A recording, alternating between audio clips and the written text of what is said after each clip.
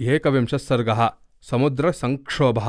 ततः सागरवेलायां दर्भानास्तीर्यराघवः अञ्जलिं प्रान्मुखः कृत्वा प्रतिशिष्ये महोदधिं बाहुं भुजगभोगाभमोपधाय रिसूदनः जातरूपमयैश्चैव भूषणैर्भूषितं पुरा वरकाञ्चनकेयूरमुक्ताप्रवरभूषणैः भुजैः परमनारीणामभिमृष्टमनेकधा चन्दनागुरुभिश्चैव पुरस्तादधिवासितं बालसूर्यप्रतीकाशैश्चन्दनैरुपशोभितं शयने चोत्तमाङ्गेन सीतायाः शोभितं पुरा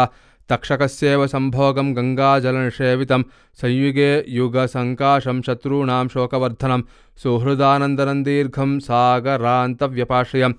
आस्यता च पुनः सव्यं ज्याघातविगतत्वचं दक्षिणो दक्षिणं बाहुं महापरिघसन्निभं गोसहस्रप्रदातारमुपधाय महाद्भुजम् अद्य मे मरणन्वाथ तरणं सागरस्य वा इति रामो मतिं कृत्वा महाबाहुर्महोदधिम् आधिशिष्ये च विधिवत् प्रयतो नियतो मुनिः तस्य रामस्य सुप्तस्य कुशास्तीर्णे महीतले नियमादप्रमत्तस्य निशास्ति स्रोति चक्रुमुः सत्रिरात्रोषितस्तत्र नयज्ञो धर्मवत्सलः उपासत तदा रामः सागरं सरितां पतिं न च दर्शयते मन्दस्तदा रामस्य सागरः प्रयतेनापि रामेण यथार्हम् अभिभूजितः समुद्रस्य ततः क्रुद्धो रामो रक्तान्तलोचनः समीपस्थमुवाचेदं लक्ष्मणं शुभलक्षणम् अवलेपः समुद्रस्य न दर्शयति यत्स्वयं प्रशमश्च क्षमा चैव आर्जवं प्रियवादिता असामर्थ्यफलाह्येते निर्गुणेषु सताङ्गुणाः आत्मप्रशंसिनं दुष्टं धृष्टं विपरिधावकं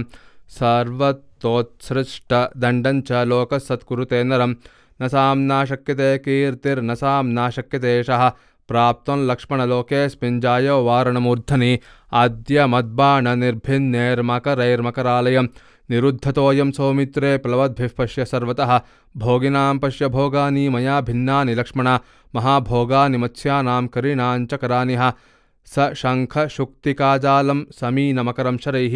अद्य युद्धेन महता समुद्रं परिशोचये क्षमया हि समायुक्तं मामयं मकरालयः असमर्थं विजानाति धिक् क्षमा मीदृशे जने न दर्शयति साम्ना मे सागरो रूपमात्मनः चापमानय सौमित्रे शरांश्चीषि विशोपमान् समुद्रं शोषयिष्यामि पद्भ्यां यान्तु प्लवङ्गमाः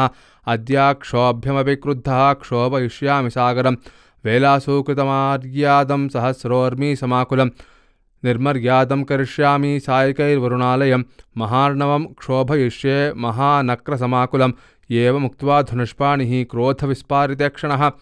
बभूव रामो दुर्धर्षो युगान्ताग्निर्वज्ज्वलन् सम्पीड्य च धनुर्घोरं कम्पयित्वा शनैर्जगत मुमोच विशिखानुग्रान् वज्रानि वशतक्रतुः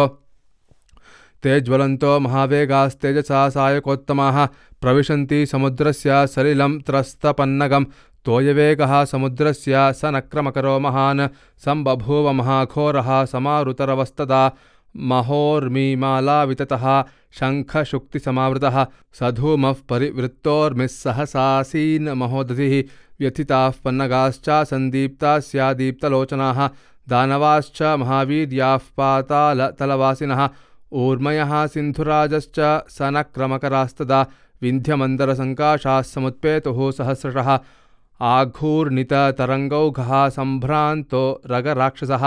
उद्वर्तितमहाग्राहः संवृतः सलिलाशयः ततस्तुतं राघवमुग्रवेगं प्रकर्षमाणं धनुरप्रमेयं सौमित्रिरुत्पत्य समुच्छ्वसन्तं मामेति चोक्त्वा धरुणाललम्बे एतद्विनापि ह्युदधेस्तवाद्य सम्पत्स्यते वीरतमस्य कार्यं भवद्विदाः कोपवशन्नयान्ति दीर्घं भवान् पश्यतु साधुवृत्तम् अन्तर्हितैश्चैव तथान्तरिक्षे ब्रह्मर्षिभिश्चैव सुरर्षिभिश्च शब्दकृतः कष्टमिति ब्रुवद्भिः मावेति चोक्त्वा महता स्वरेण इत्यार्षे श्रीमद् रामायणे वाल्मीकिये आदिकाव्ये चतुर्विंशतिसहस्रिकायां संहितायां युद्धकाण्डे समुद्रसङ्क्षोभो नाम एकविंशः सर्गः। जानकीकान्तस्मरणं जय जय राम राम।